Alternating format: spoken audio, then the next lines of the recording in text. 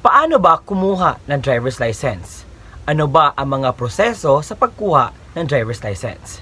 Sa video na ito ay tuturuan ko kayo at ipaalam ko sa inyo kung ano ba ang mga qualifications sa pagkuha ng driver's license. Ano ba ang mga requirements na dapat mong i-ready sa pagkuha ng driver's license? Ano ba ang mga proseso na dapat mong gawin sa pagkuha ng driver's license?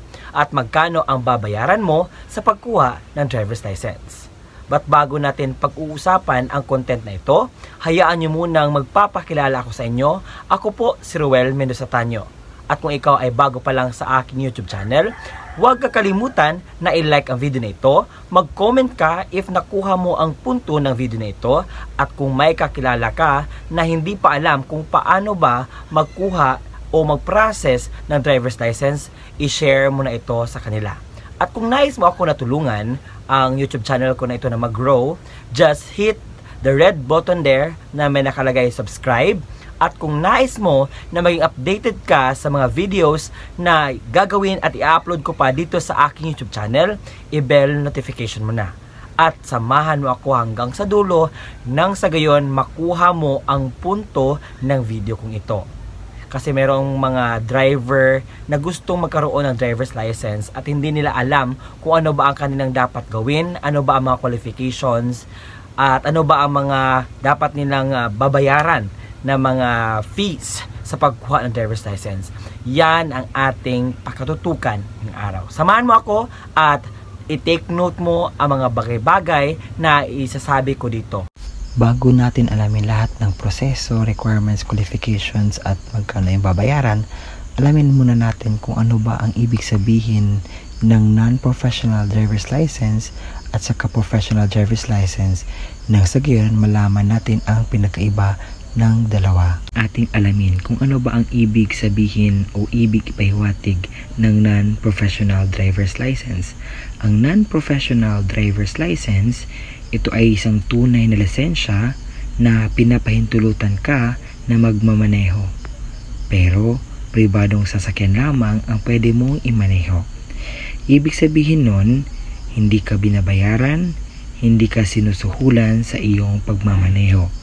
At, pribadong biyahe lamang pwedeng magamit ang iyong non-professional driver's license. Ano-ano ba ang mga qualifications para makakuha tayo ng non-professional driver's license? Ito ang kwalifikasyon sa pagkuha ng non-professional driver's license. Kinakailangan physically and mentally fit. Kinakailangan din na marunong magbasa, magsulat sa Pilipino, Ingles o kung ano may yung lokal na dialektong ginagamit. Kinakailangan din walang mga traffic violation. Kinakailangan kung tayo ay kukuha ng mga IDs or mag-apply ng IDs, kinakailangan presentable tayo, malinis tayo. Lalong-lalo na sa pagsuot ng damit, dapat formal, hindi yung nakasando, naka-earrings o kung ano pa ba yung hindi presentable na makikita ng tao. Kinakailangan presentable tayo kapag tayo ay kukuha at pupunta sa mga ganitong agencies para kukuha ng mga IDs. At kinakailangan din na pumasa sa written and practical examination.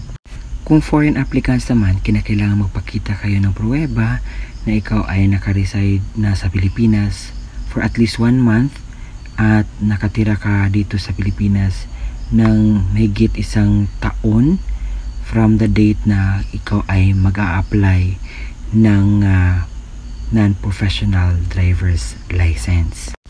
Kung pasok ka sa lahat ng kwalifikasyon sa pagkuha ng non-professional driver's license, ngayon naman tutungo tayo sa mga requirements na dapat mong i-comply. Kinakailangan meron kang a duly accomplished application for permits and licenses. Pwede ka maka-download or pwedeng doon ka na lang hihingi ng form sa LTO branches kung saan ka mag-a-apply. Pangalawa is yung student permit. Must be the original copy. Kasunod dyan yung PDC. So kinakailangan kumpletuhin mo ito at meron kang certificate sa PDC or Practice Driving Course Certificate. Kasunod dyan yung medical certificate, LTO portal account number. Kung ang aplikante naman ay below 18 years old, kinakailangan, take note of this, notarized parent consent at saka government ID with signature of the parent. Kung pasok ka sa kwalifikasyon sa pagkuha ng non-professional driver's license at kung meron ka ng kumpletong dokumento para sa pagkuha ng non-professional driver's license, ngayon naman ay tutungo tayo sa proseso. Una, magpunta ka sa pinakamalapit na LTO branch sa inyo, tapos ipasa ang lahat ng requirements sa evaluator. So antayin na tawagin ang iyong priority number or iyong pangalan. Pag tawagin ka na, magbayad ka ng application fee na 100 pesos. Kasunod dyan ay papuntahin ka sa examination area. So break a leg or galingan mo para mag-take ka ng exam. And take note, ang exam is naka-computerize po siya. 60 items po at ang passing score po nun is 48.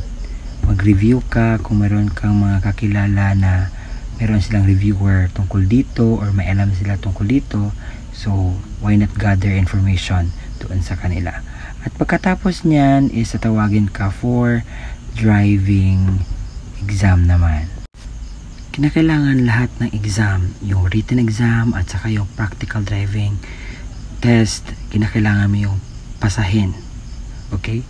At pag napasa mo na, ang gagawin mo naman is babayaran mo yung 585 sa cashier para sa iyong non-professional driver's license fee. Pagkatapos na mabayaran mo is papuntahin ka sa encoding window. Ano ba ang mangyayari doon sa encoding window? Doon ay kukuhanan ka ng litrato, yung fingerprints at saka yung digital na signature. At pagkatapos na matapos na yung picture, fingerprints at saka yung digital signature mo or na-encode na lahat, so next is yung sa releasing window na. At doon, pag matapos na, ibibigay na sa iyo ang iyong non-professional driver's license. Kung tapos ka na sa pag-alam ng kwalifikasyon, requirements at saka proseso, ngayon naman ating tatalakayin kung magkano ba ang gagastusin mo sa pagkuha ng non-professional driver's license. Sa picture, pwede mo yung i-pause. Yan ang breakdown po ng mababayaran mo sa pagkuha mo ng driver's license na non-professional. Ngayon naman, pag-uusapan natin ang professional driver's license. Kung ano ba ang ibig sabihin nito at ano ba ang proseso at ano ba ang kaalaman na ating makukuha sa pagkuha ng professional driver's license. Ang professional driver's license ay tunay na lisensya sa pagmamaneho. Ito ay ginagamit at pwedeng matawag na rin na propesyon.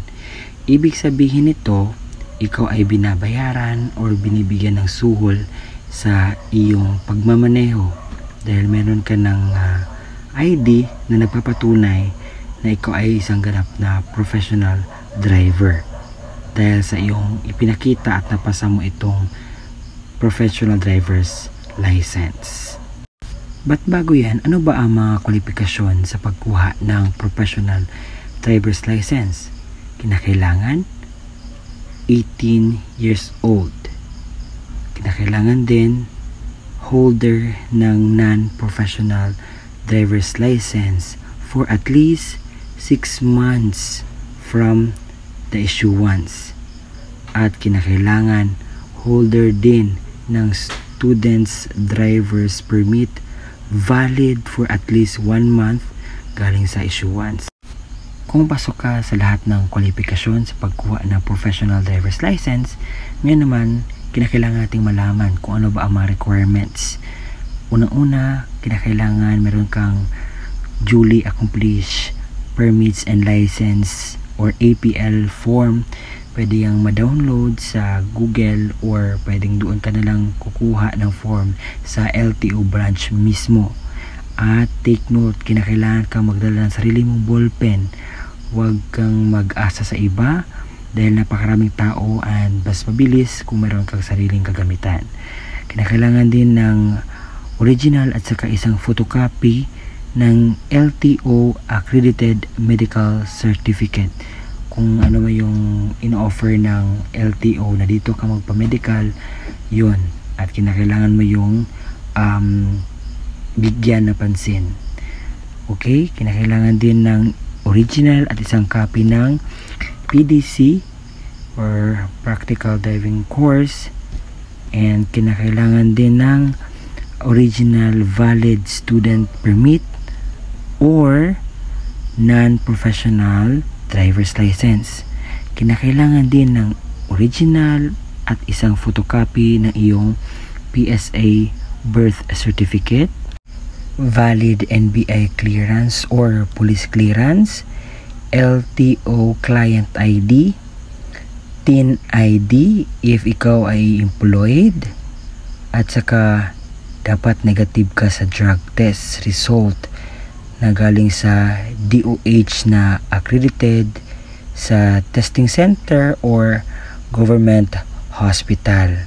No, kinakailangan talaga negative at wala kang kaso. Okay?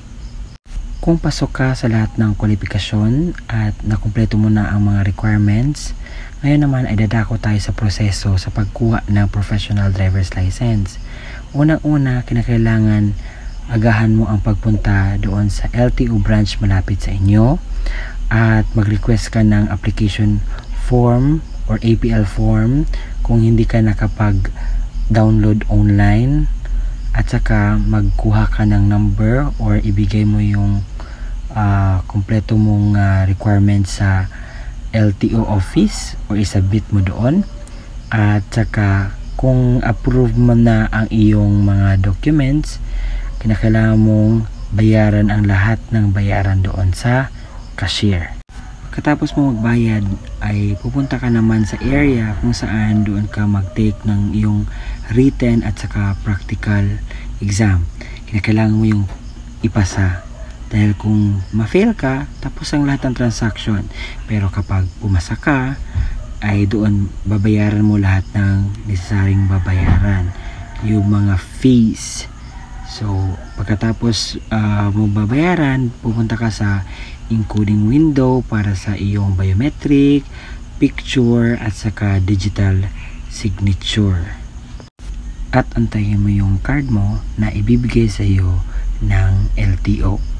At pagkatapos mong matanggap, mag-sign ka ng release form doon sa LTO log sheet. Magkano ba ang iyong babayaran sa pagkuha mo ng professional driver's license? Ito po ang breakdown sa lahat ng babayaran mo. Pwede mo itong i-pause.